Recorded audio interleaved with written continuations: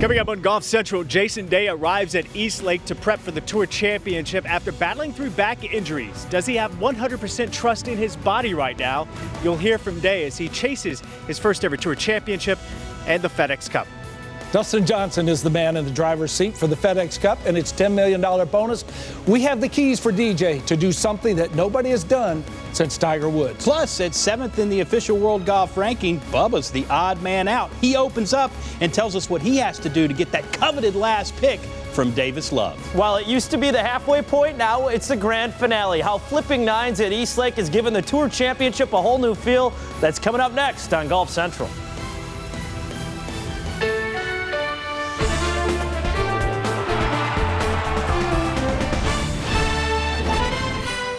Golf Central.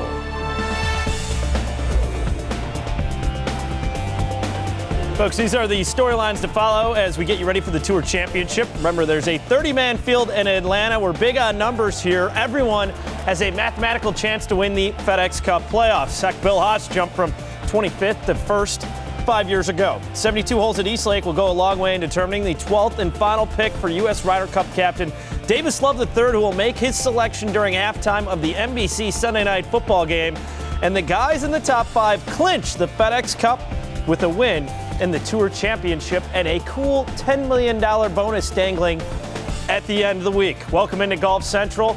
I'm George Savaricas. So we know someone will be crowned FedEx Cup champion. It could possibly be the same guy who wins the Tour Championship, and the U.S. Ryder Cup roster will have 12 guys come Sunday night.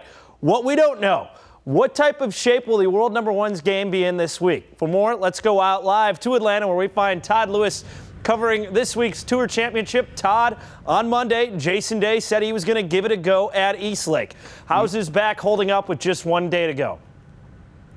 Well, he seems to be ready to go, George, and today he took a conservative approach as far as preparation goes into the Tour Championship. He just worked on the driving range with his golf swing. He did not play the golf course, and this coming after a couple of days of practice back home. Now, he did rest last week at home. He received treatment on his back. He went through the proper recovery protocols. He has 100% mobility with his body, he says.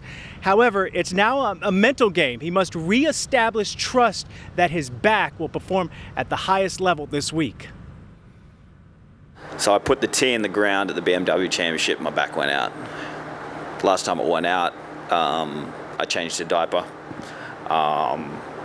So it's nothing where I go and physically make a move at it during a swing and my back goes out. It literally is from the smallest things, picking up a pillow, picking up something off the ground, or just moving the wrong way. I had a bulged disc in 2014.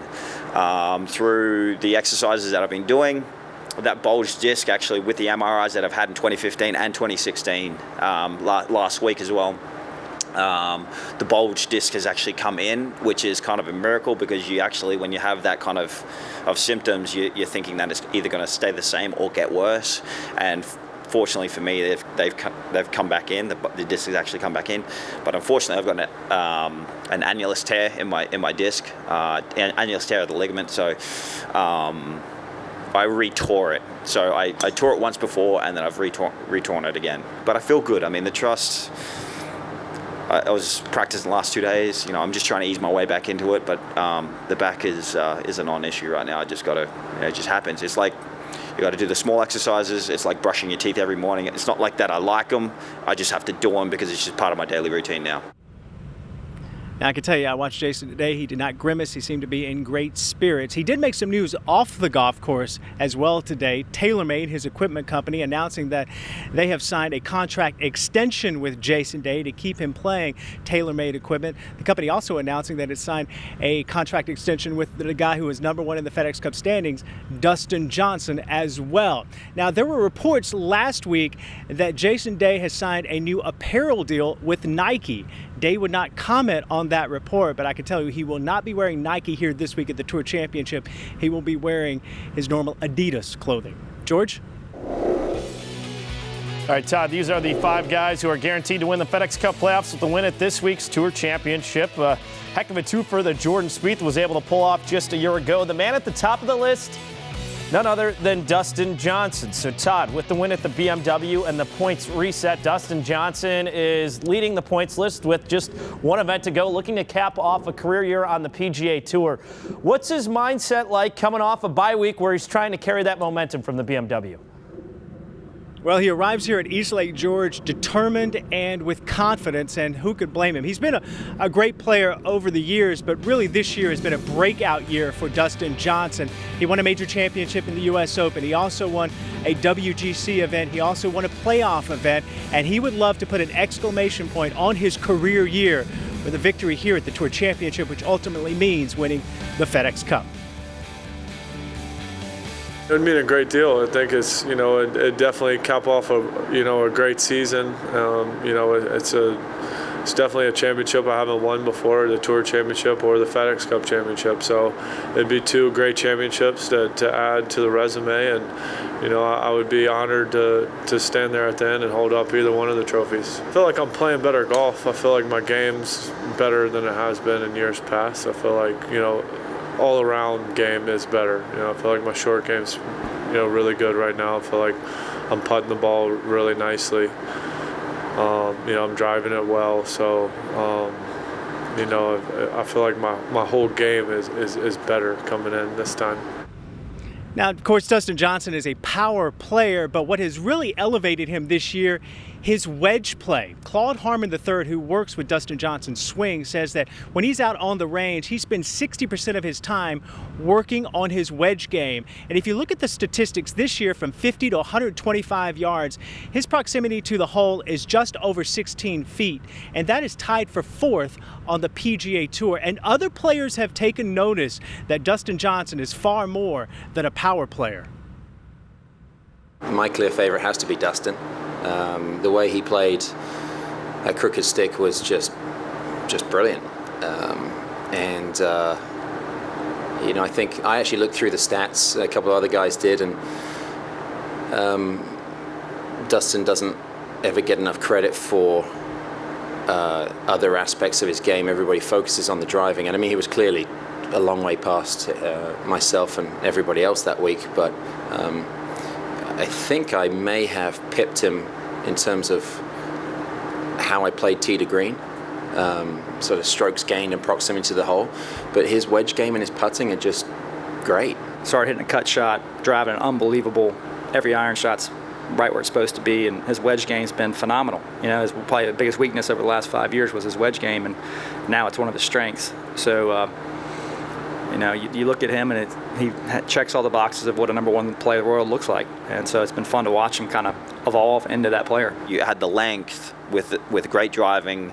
You have wedge in your hand more times, and once you improve those wedges, you have more chances or more opportunities at making birdies. And if you putt half decent, which he's putting better than half decent, I think, he's going to win a lot of tournaments. It's just a formula of success. It's just so easy. And right now, it's just his confidence is so high. When you have a lot of confidence and you feel like no one can beat you, it's game over for everyone else. Now, Dustin Johnson right now is probably the leading candidate for PGA Tour Player of the Year. The only real threat is the guy you just heard from, Jason Day. And Jason Day said if he doesn't win the Tour Championship and the FedEx Cup, and Dustin Johnson doesn't win the Tour Championship and the FedEx Cup, Dustin Johnson deserves to be the PGA Tour Player of the Year. George? All right, Todd, the view from the top has been lonely for #1 at the Tour Championship. Here's how the top point man going into East Lake has fared since 2009. Only Tiger Woods able to win the FedEx Cup by the end of the week, showing it's not always easy playing the favorite, unless you're the two gentlemen to my left, Golf Channel analysts Billy Kratzer and Tripp Eisenhower. And guys, what a run it's been for Dustin Johnson this year. 3 wins, WGC, FedEx Cup playoff event, a U.S. Open. The guy's had a ton of talent for years.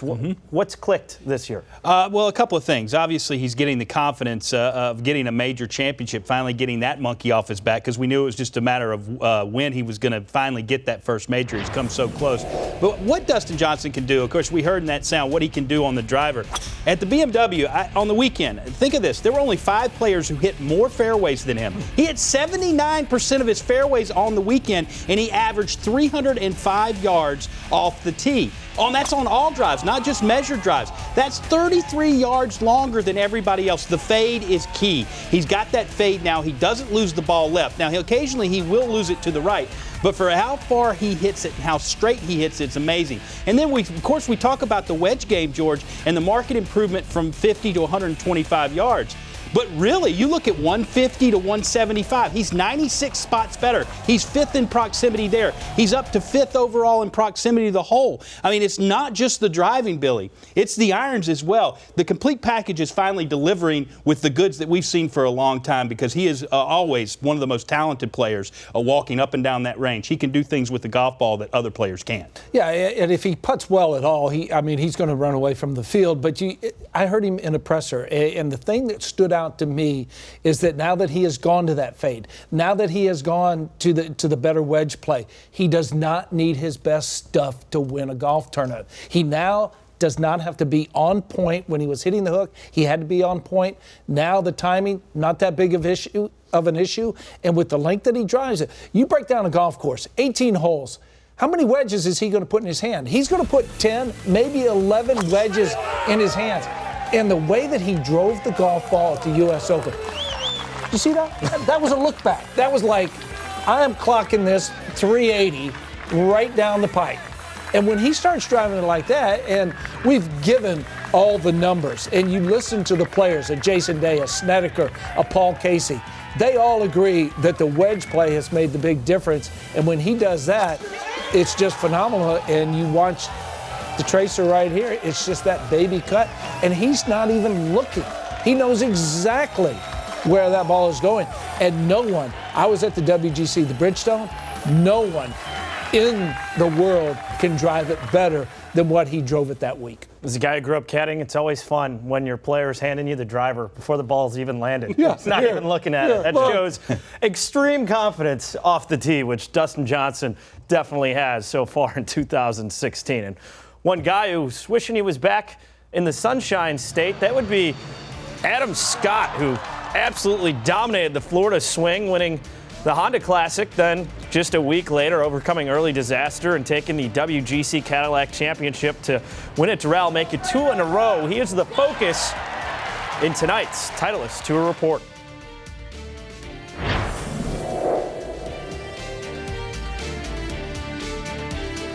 Being an old guy or a seasoned veteran, I'm quite comfortable with that position, probably far more comfortable than I was 10 years ago, being called a young gun. And although to win here, it's amazing to think it was 10 years ago, but it's a huge honor to win the Tour Championship. This is the best 30 guys out there on the PGA Tour this season. Being here is a good achievement, but winning this tournament on such a great course is something that I hold in high regard in my career. It's right up there in that kind of players category.